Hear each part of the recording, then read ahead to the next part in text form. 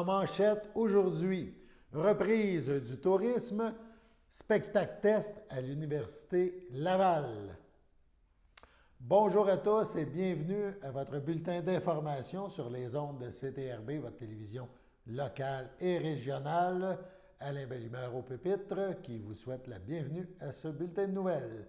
Donc, on a parlé en manchette, un test sera effectué à Québec, déterminé à faire du Québec une destination touristique reconnue pour ses festivals et événements sécuritaires. Le gouvernement du Québec se positionne parmi les leaders mondiaux en la matière en annonçant le début de démarches visant la tenue d'un événement test au début de l'automne. Ça se déroulera à Québec. La ministre du Tourisme et ministre responsable de la région de Lanaudière, Caroline Proulx, a confirmé hier l'octroi d'un important mandat à l'Université de Laval pour la préparation d'un protocole de recherche à cet effet.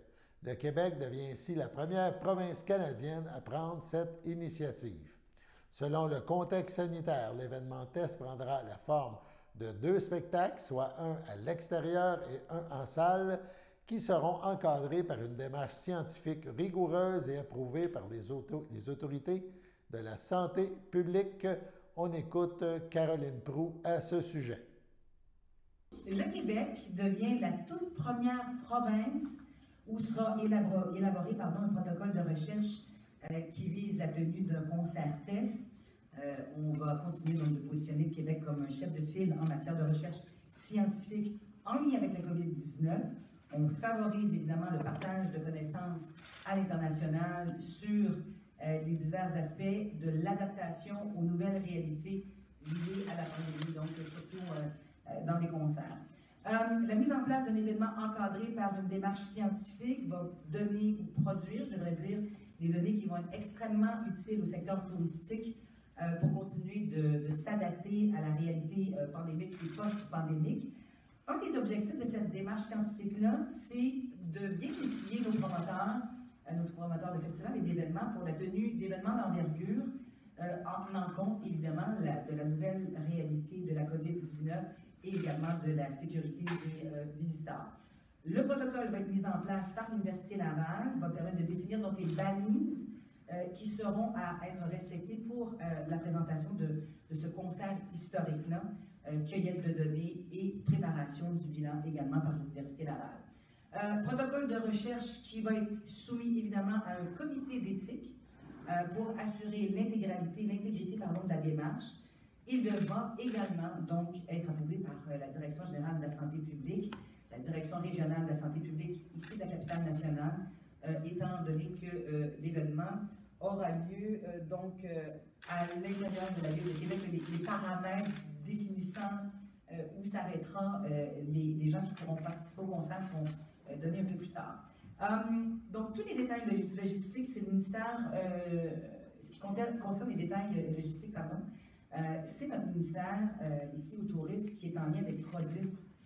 Prodis, c'est un regroupement de producteurs d'événements et de spectacles en France, qui ont travaillé avec les hôpitaux de France. Donc, on travaille avec les gens de Prodis, qui, eux, ont préparé le fameux concert test à Paris de mai dernier. On a obtenu la collaboration de Prodis, qui partage avec nous ses connaissances, les constats qu'ils ont tirés de cette expérience-là du concert d'Indochine en mai dernier, et qui va nous permettre d'aller encore plus loin. Ce sont évidemment des informations qui sont communiquées à l'équipe de l'Université Laval, qui va partir donc sur des bases qui sont déjà éprouvées.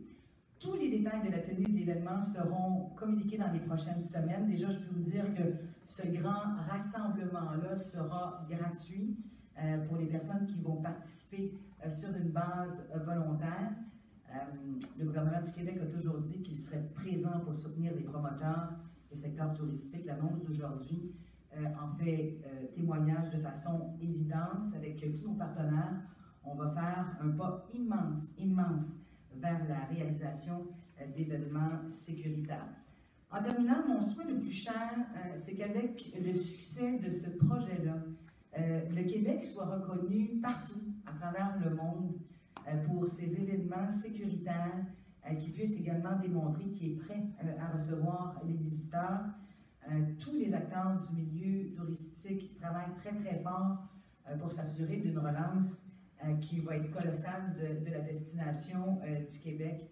Les festivals, les événements touristiques stimulent évidemment l'économie partout en région.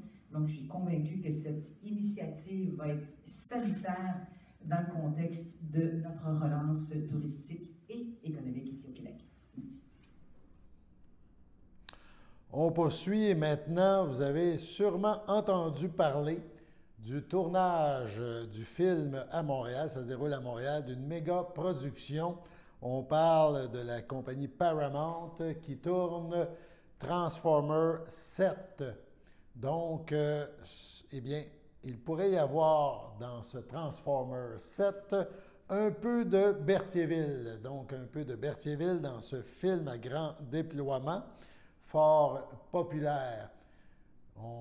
Ce film, Transformers 7, sera projeté sur les écrans en 2022. Juste avant de vous expliquer pourquoi, on vous montre quelques petites images de Transformers 6 ou 5 ou peu importe, des versions précédentes, pour se rappeler qu'est-ce que c'est qu'un Transformer. On regarde et on vous revient.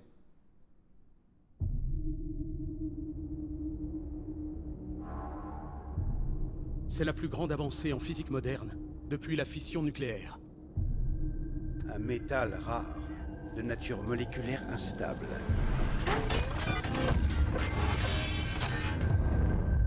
Le même dont ils sont faits.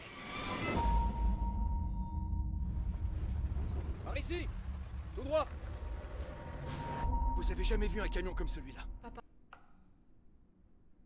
Donc, rappelons que cette série de films à gros budget, Transformers, débuté il y a quelques années, une série de films fort populaire, mettant en vedette des acteurs fort connus, mais aussi en vedette des voitures et des véhicules qui se transforment en robots. Il y a beaucoup d'action dans ce genre de production. La production Transformers 7, qui se tourne à Montréal présentement, avait cependant besoin pour une séquence d'une Formule 1. Une Formule 1 prêtée pour l'occasion par le musée Gilles Villeneuve. La voiture de course a été numérisée ces jours derniers. Elle a passé une nuit à Montréal pour se préparer pour être accessible de façon numérique à cette méga production. Donc, à suivre et à voir dans quelques mois, Transformers 7, un film dans lequel il devrait donc y avoir un peu de Berthierville. On vous présente les images de la F1 qui a été choisie pour ce tournage. On ira à la pause par la suite.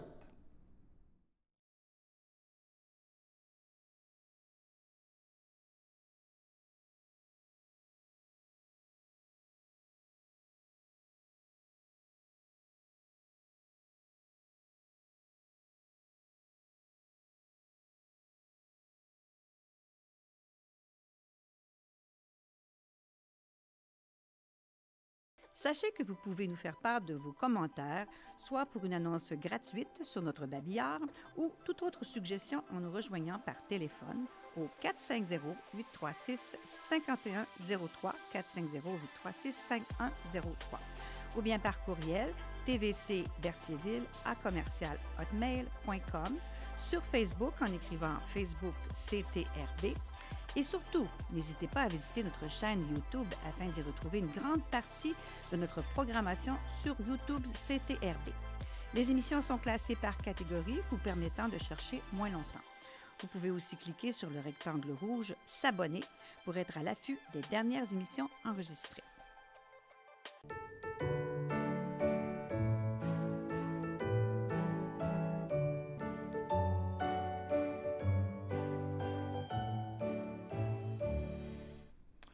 Voici les anniversaires en ce 20 juillet. Tout d'abord, la FADOC de l'Île-du-Pas souhaite bonne fête à Claude Caillé. L'Association des personnes handicapées du secteur Berthier souhaite un heureux anniversaire à Cynthia Thibault. Également, on souhaite un bon anniversaire à Maryse Coulombe de la part de ses parents, ses frères et ses sœurs. Bonne fête, Maryse Coulombe. Poursuivons maintenant nos informations.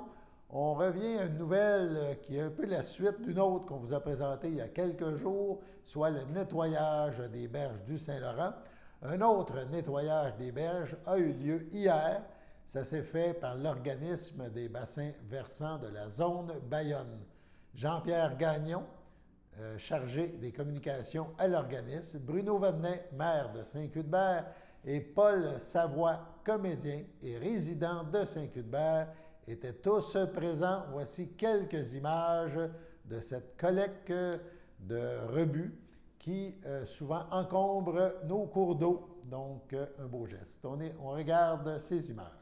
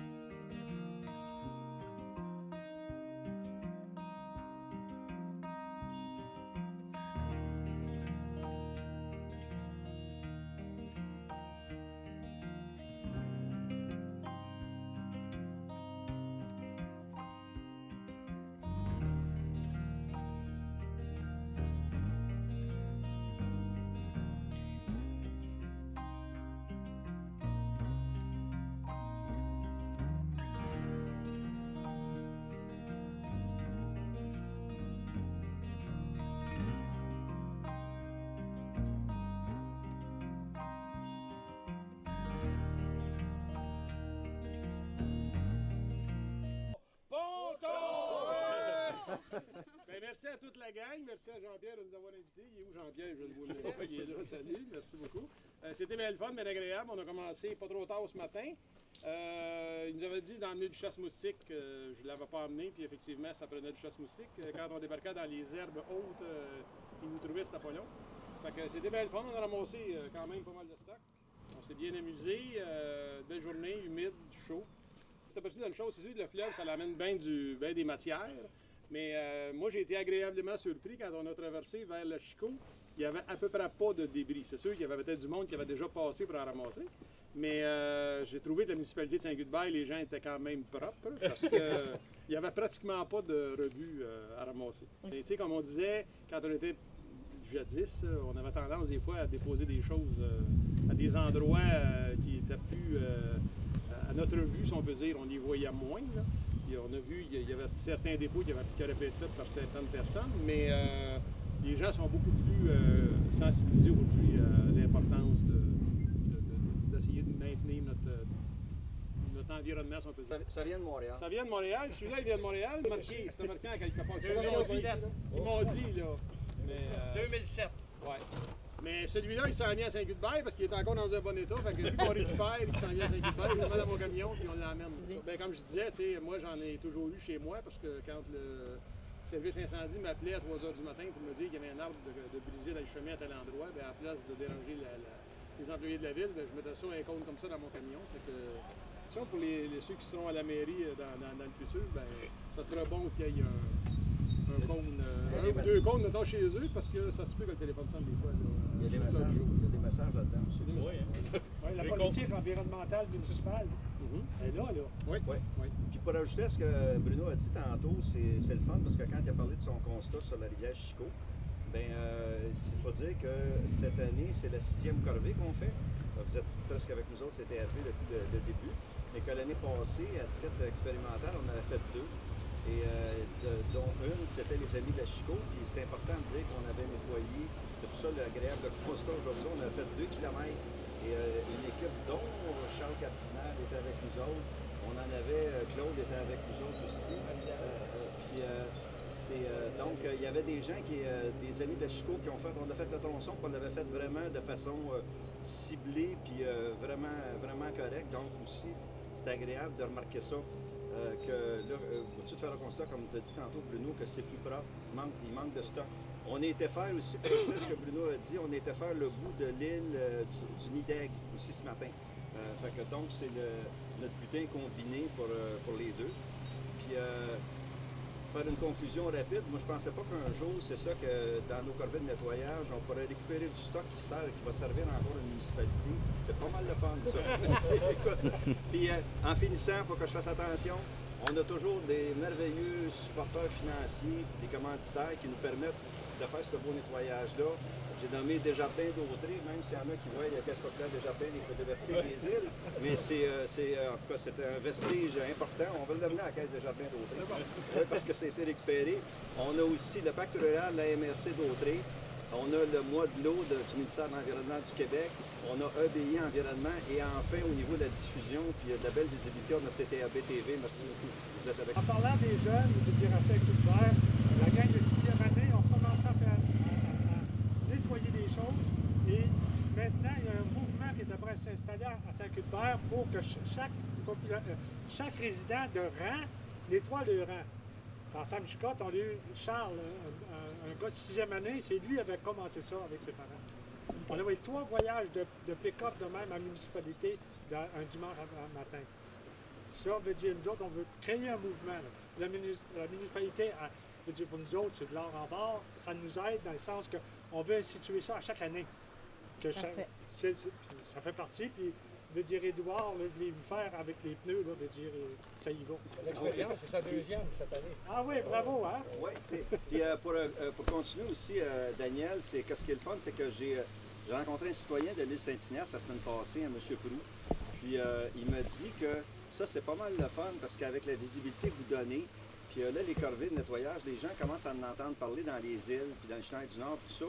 Là, il me dit qu'il a été au courant de 3 familles qui sont partis une fin de semaine, puis qui ont été récupérés du stock, puis qui l'ont mis dans des conteneurs, puis dans des poubelles. Donc, il y a d'autres mondes, puis ça, on salue. Il y a des gens qui font des initiatives, mettons, familiales, qui disent, ben, regarde, on va débarquer, on va faire un pique-nique, puis on ramasse le stock qu'on va trouver, parce qu'il y en a du stock. Donc, c'est ça qu'on souhaite, comme Claude dit tantôt, Claude Vallière, à un moment donné, que ça fasse boule de neige, puis que tout le monde s'implique là-dedans. Et surtout, il y a quelque chose, on demande à tout le monde, s'il vous plaît. Il y en a qui ont dit que ça peut avoir un effet pernicieux parce qu'il y en a d'autres en bateau, des fois, qui peuvent avoir le goût de soigner une bouteille de plastique aux affaires. Ils disent, hey, il y a du monde qui nettoie. Non, s'il vous plaît. Je veux dire, c'est du monde qui donne leur journée. Donc, on fait attention. Puis quand vous mettez vos vidanges, vous les gardez à bord de votre bateau ou à bord de vos véhicules, bien, vous nous aidez aussi. Parce qu'on sait, c'est ça qu'on a du stock qu'on récupère des inondations en 2017-2019. Bien, il y en a encore quelques bouteilles solitaires, des fois, que...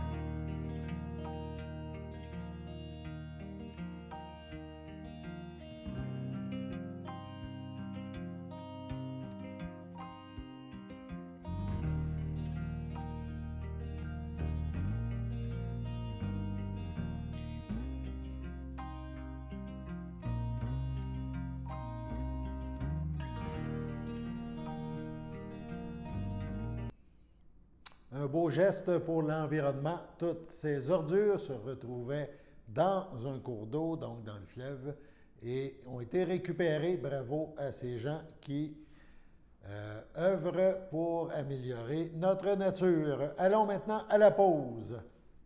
Le samedi matin, dès 9h30, nos téléspectateurs sont invités au Super Bingo télévisé diffusé de nos studios de Berthierville. Depuis maintenant une vingtaine d'années, plusieurs adeptes de la télévision régionale se sont partagés un montant de 600 $ disponible chaque semaine lors de cette joute de bingo télévisé. Un animateur et 3 bénévoles se succèdent à la caméra dans le but de vous faire passer une petite heure agréable et payante le samedi matin. On peut se procurer les cartes de jeu chez les dépositaires autorisés participants, c'est-à-dire à Berthierville, le dépanneur Formule 1 rue Gilles Villeneuve, le marché IGA Extra sur la rue Gabrielle Brissette, le marché Métro rue Notre-Dame, la pharmacie Proxime rue Frontenac, le garage Pétroté sur la rue Gilles Villeneuve et à Saint-Ignace de Loyola, le marché Aldo rang Saint-Michel, le dépanneur Le Magasin Esso sur le chemin de la Traverse. C'est un rendez-vous tous les samedis matins à 9h30 sur les ondes de CTRB, votre télévision régionale et communautaire.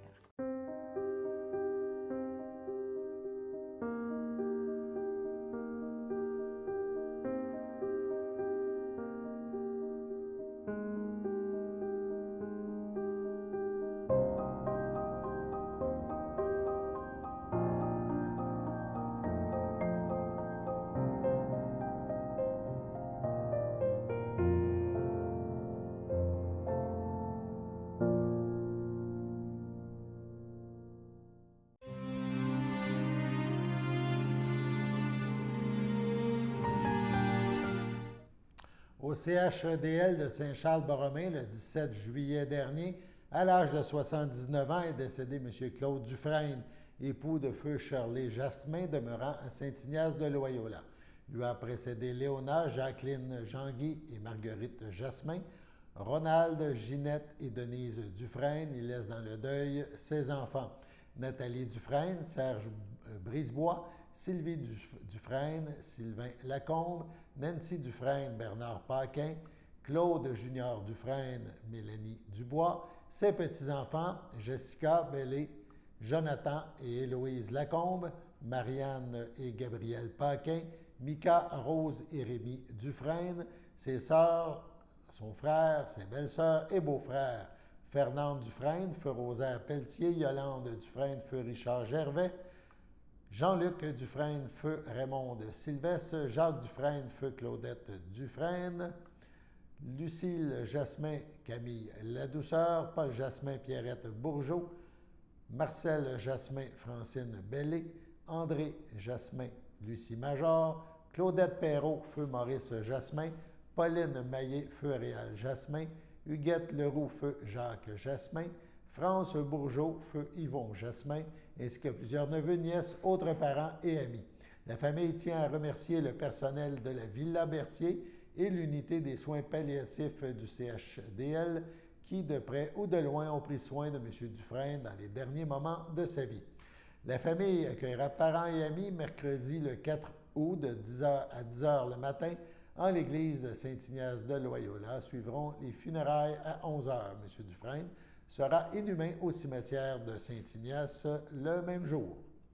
À son domicile, le 15 juillet, à 73 ans, est décédé M. Robert Clément, époux de Nicole Dubé, demeurant à Saint-Ignace de Loyola. Lui a précédé son fils Pascal et laisse dans le deuil, outre son épouse, son frère Jean-Guy Clément, feu Monique Rondeau, et conjoint d'Huguette Grégoire, sa sœur Louisette Clément, feu Daniel Marchand, son beau-frère Claude Dubé, ainsi que plusieurs neveux, nièces, autres parents et amis. Une cérémonie aura lieu à une date ultérieure en toute intimité. M. Clément sera inhumé au cimetière de Saint-Ignace de Loyola. Au CHSLD du Piémont de Saint-Jean-de-Matha, le 11 juillet dernier, à l'aube de ses 98 ans, est décédée Mme Denise Grandchamp, épouse de feu Antonio Panfili, demeurant à Berthierville. Elle laisse dans le deuil ses enfants.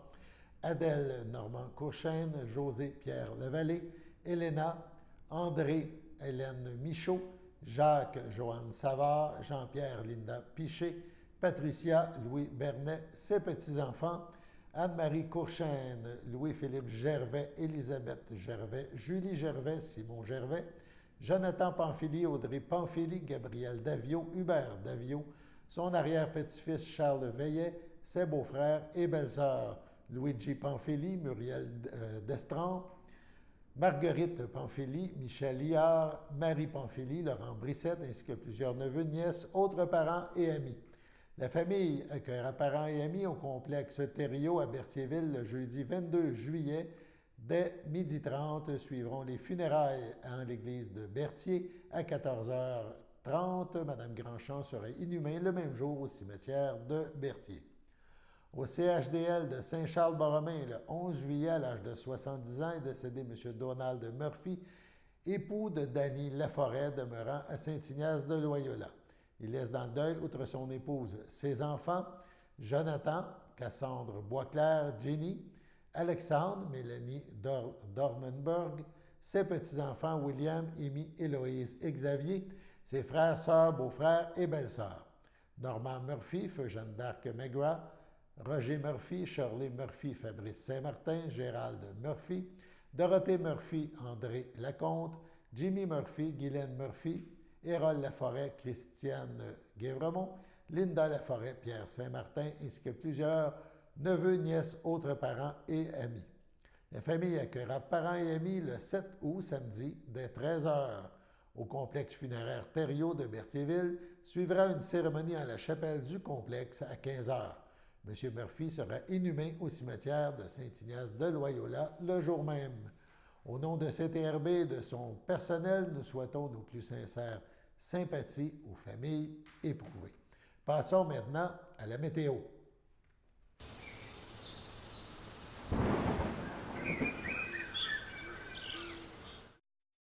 Alors bonjour tout le monde, j'espère que vous allez bien. Donc c'est moi Xavier pour la météo d'aujourd'hui.